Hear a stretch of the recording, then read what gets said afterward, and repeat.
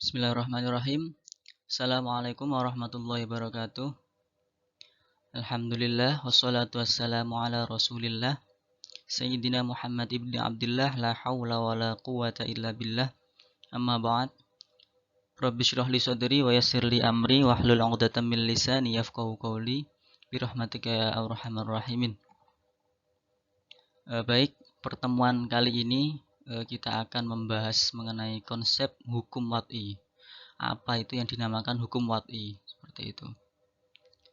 Dalam PowerPoint ini nanti akan dijelaskan mengenai pengertian dan pembagiannya. Lanjut ke pengertian. Pengertian hukum wad'i. Nah, hukum wad'i secara global pengertiannya adalah sesuatu yang dijadikan pengantar berupa sabab, syarat, dan mani' atau penghalang bagi sesuatu yang lain. Nah, secara rinci, secara etimologi al-wad'i adalah masdar dari wadha'a, yadha'u wad'an, yang artinya penurunan, penjatuhan, pukulan, pemalsuan atau rekayasa, pengarangan, dan peletakan. Jadi mempunyai banyak arti. Yang kedua, definisi secara hukum syara, berarti peletakan sesuatu menjadi hukum syara atau hukum syariat. Kemudian ada definisi hukum yang lain yang mengartikan bahwasanya wad'i adalah tatakan atau ukuran yang dekat maknanya dengan peletakan. Jadi hukum wad'i adalah hukum wad'i sebagai tatakan dan ukuran bagi hukum taklifi dengan memposisikan hukum taklifi sebagai inti dari hukum syara. Pembagian hukum wad'i di sini dibagi menjadi 3, tetapi di sini saya sebutkan ada 7. Yang keempat masih diperselisihkan atau masih antara hukum wad'i atau hukum taklifi. Nah, yang pertama adalah sabab. Sabab yaitu sesuatu sifat yang nyata dan dapat diukur menurut penjelasan nas atau sesuatu hal tertentu yang dijadikan sebagai pangkal adanya hukum. Dengan adanya sabab maka terwujudlah hukum. Jadi hukum taklifi tidak akan ada ketika sabab belum dilaksanakan. Seperti itu. Yang kedua syarat, yaitu sesuatu yang berada di luar hukum syara, tetapi keberadaan hukum syara tergantung kepadanya. Jadi ada suatu hukum, kemudian jika syaratnya tidak terpenuhi, maka hukum itu akan terpengaruh. Kemudian mani' atau penghalang, yaitu sesuatu sifat nyata yang keberadaannya menghalangi adanya hukum, atau sesuatu yang karena adanya tidak ada hukum atau membatalkan sebab hukum. Jika mani ini ada, maka hukum taklifi, maka hukum akan batal, akan tidak ada.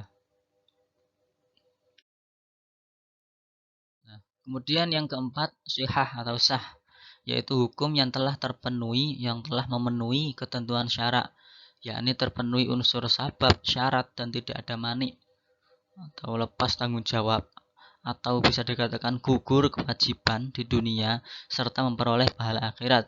Jadi sihah ini sudah melaksanakan ketiganya.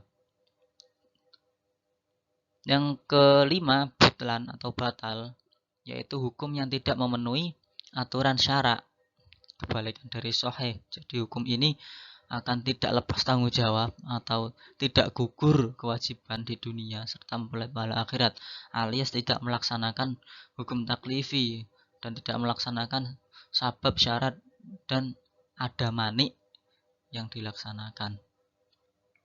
Kemudian ada yang namanya azimah, yaitu hukum yang berlaku untuk seluruh mukallaf sejak semula atau sejak ketetapan hukum itu ditetapkan, atau hukum yang disyariatkan Allah lah gampangannya. Kemudian ada yang namanya rukhsah, yaitu hukum yang berubah dari hukum semula karena ada alasan tertentu atau bisa dinamakan keringanan. NB. Lah tambahan posisi sihah, butlan, azimah, dan rukhsah masih terjadi perselisihan pendapat ulama. Nanti akan dijelaskan di slide berikutnya.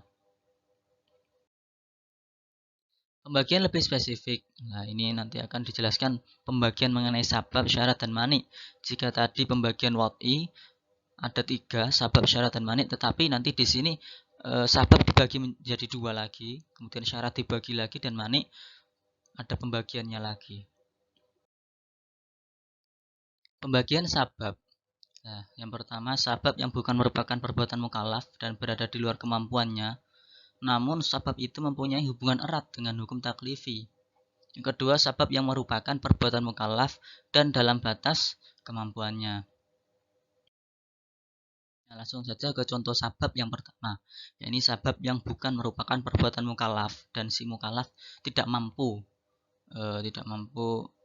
untuk melaksanakannya. Yang pertama contohnya adalah tergelincirnya matahari menjadi sebab atau alasan bagi kewajiban melaksanakan sholat duhur. Nah, kewajiban sholat duhur akan terlaksana jika ada sebab, yakni tergelincirnya matahari. Lah, tergelincirnya matahari di sini yakni sebab yang bukan merupakan perbuatan mukallaf. Jadi memang alam. Yang kedua, datangnya bulan Ramadan menjadi sebab bagi kewajiban melaksanakan puasa Ramadan. Jadi ada datangnya bulan Ramadan, maka kewajiban puasa Ramadan akan dilaksanakan. Kemudian contoh sabab yang merupakan perbuatan mukallaf. Jadi seperti ini. Yang pertama, perjalanan atau safar menjadi sebab bagi diperbolehkannya berbuka puasa di siang hari bulan Ramadan. Nah, ini jadi seperti rukso ya, ada keringanan. Namun di sini yang dibahas adalah sebabnya. Jadi puasa Ramadan itu kan wajib. Nah, puasa Ramadan tidak akan wajib, maksudnya boleh berbuka di siang hari ketika ada sebab melaksanakan perjalanan dalam ketentuan-ketentuan yang dijelaskan. Nah, perjalanan tersebut merupakan perbuatan mukallaf, bukan perbuatan alam. Jadi ini memang kelakuan si mukallaf. Jika si mukallaf tidak melaksanakan perjalanan, ya maka tidak diperbolehkan untuk tidak berpuasa. Jadi wajib bagi dirinya untuk berpuasa.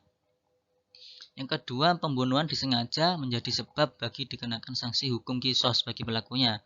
Nah, ini juga juga merupakan perbuatan si mukallaf. Kemudian lanjut ke pembagian syarat. Yang pertama ada syarat syar'i dan syarat ja'li. Syarat syar'i yaitu syarat yang datang langsung dari syariat sendiri atau dibuat untuk menyempurnakan urusan syariat. Kemudian yang kedua syarat ja'li yaitu syarat yang datang dari kemampuan orang mukallaf itu sendiri. Nah, tujuannya dibuat untuk terrealisasinya perbuatan yang dimaksud. Nah, contoh syarat yang merupakan urusan syar'i atau yang dibuat untuk menyempurnakan urusan syar'i yaitu seperti haul atau tempo mengeluarkan zakat. Menjadi syarat untuk mengeluarkan zakat atas benda yang telah mencapai nisab. Nisab merupakan sebab wajibnya zakat karena nisab menjadi indikator adanya kekayaan seorang. Jadi haul ini dibuat agar sempurna syariatnya. Seperti itu. Jadi jika haul ini tidak ada, maka syariatnya nggak sempurna. Maksudnya nisab atau zakat ini tidak bisa dikeluarkan ketika haul itu belum terpenuhi. Kemudian syarat yang dibuat untuk terrealisasinya perbuatan yang dimaksud. Nah, ini contoh misal dalam jual beli disyaratkan supaya kontan atau barang yang dijual beli itu supaya diantar ke rumah atau membayar kontan adalah syarat. Jadi ada seorang penjual mensyaratkan kepada pembeli agar membayarnya secara kontan agar nanti barang akan dikirim ke rumah, seperti itu. Seperti jual beli online itu kita harus membayar dulu ya. Nah, itu merupakan syarat yang digunakan untuk terrealisasinya perbuatan yang dimaksud. Perbuatannya jual beli agar perbuatannya adalah mengantarkan barang ke rumah. Nah, agar itu terrealisasi maka adanya syarat membayar kontan. Seperti itu. Yang kedua, umpama seorang suami berkata, jika engkau keluar rumah tanpa persetujuanku, maka jatuhlah talakmu 1. Nah, ini merupakan syarat seorang istri agar bisa keluar rumah adalah izin kepada suaminya. Nah, ini merupakan syarat agar terrealisasinya persetujuan sang suami. Ya, ini agar tidak menjatuhkan talak seperti itu. Kemudian pembagian mani. Nah, mani ada dua juga, yakni mani al-hub dan mani as-sabab. Mani al-hub yaitu sesuatu yang ditetapkan syariat sebagai penghalang adanya hukum. Dan mani as-sabab yaitu sesuatu yang ditetapkan syariat sebagai penghalang bagi berfungsinya sesuatu, yakni mani yang mempengaruhi atau menghalangi sebab. Nah, contoh mani yang al-hukm sebagai penghalang adanya hukum, yaitu keadaan haid bagi seorang perempuan ditetapkan Allah sebagai mani atau penghalang bagi kecakapan perempuan tersebut untuk melaksanakan sholat. Jadi seseorang itu wajib melaksanakan sholat, seorang wanita, nah, maka itu tidak akan wajib jika ada mani. Nah, mani tersebut adalah haid, maka seorang yang haid tidak boleh melaksanakan sholat. Nah, mani di sini berfungsi sebagai penghalang adanya hukum. Jika mani ini tidak ada, maka wajib sholat. Tapi jika mani ini ada atau haid ini, maka perempuan itu tidak wajib melaksanakan sholat. Nah, contoh mani yang mempengaruhi atau menghalangi sebab, yakni sesampainya harta minimal 1 nisab menjadi sebab bagi wajibnya seorang memiliki harta, mengeluarkan zakat harta. Namun jika pemilik harta itu dalam keadaan berhutang, di mana hutang itu bila dibayar akan mengurangi hartanya dari 1 nisab, maka dalam kajian fikih hutang tersebut menjadi mani penghalang bagi wajibnya zakat pada harta yang dimilikinya. Nah, hutang ini sebagai mani atau penghalang. Nah, jika zakat itu wajib bagi seorang yang mampu dan wajib adanya nisab. Jika nisab itu tidak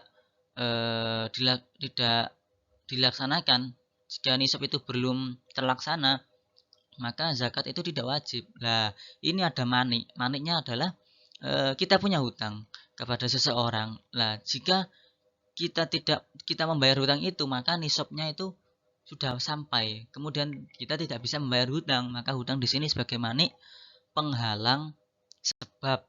Mani penghalang sebab adanya hukum. Seperti itu. Nah, kemudian ada perselisihan pendapat mengenai sihah, butlan, azimah, dan ruksa. Nah, apakah hukum wad'i atau hukum taklifi? Seperti itu. Nah, menurut sebagian ulama, sihah, butlan, azimah, dan ruksa termasuk hukum wad'i.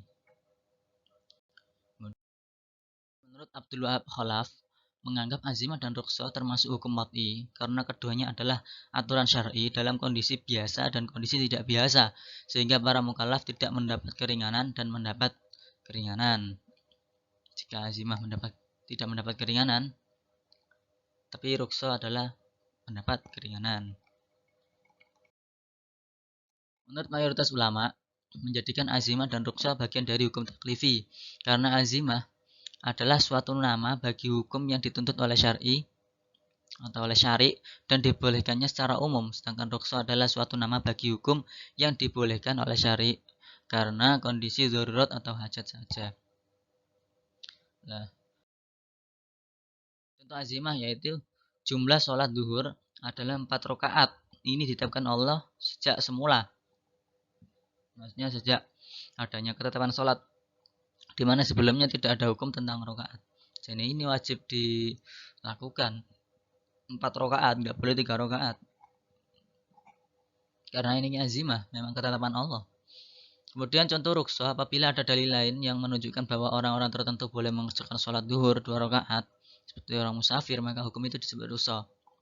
Jika ada orang musafir berjalan jauh dalam ranah ibadah atau yang lain, nanti ada ketentuan-ketentuan di fikih ya, maka sholat zuhurnya boleh 2 rakaat, ya, ini sholat qashar namanya.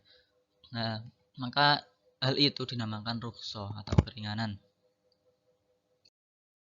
Jadi kesimpulannya, hukum wad'i adalah perintah Allah yang berkaitan dengan penetapan sesuatu sebagai sebab, syarat, atau penghalang bagi yang lain. Sebagian ulama menambah cakupan hukum wad'i dengan memasukkan tema sah, batal, dan rusak atau fasad. Akan tetapi pembahasan tersebut tidak hanya termasuk hukum wad'i, melainkan juga termasuk ke dalam hukum taklifi. Wallahu a'lam bishawab. Kurang lebih mohon maaf. Cukup sekian dari saya. Wassalamualaikum warahmatullahi wabarakatuh.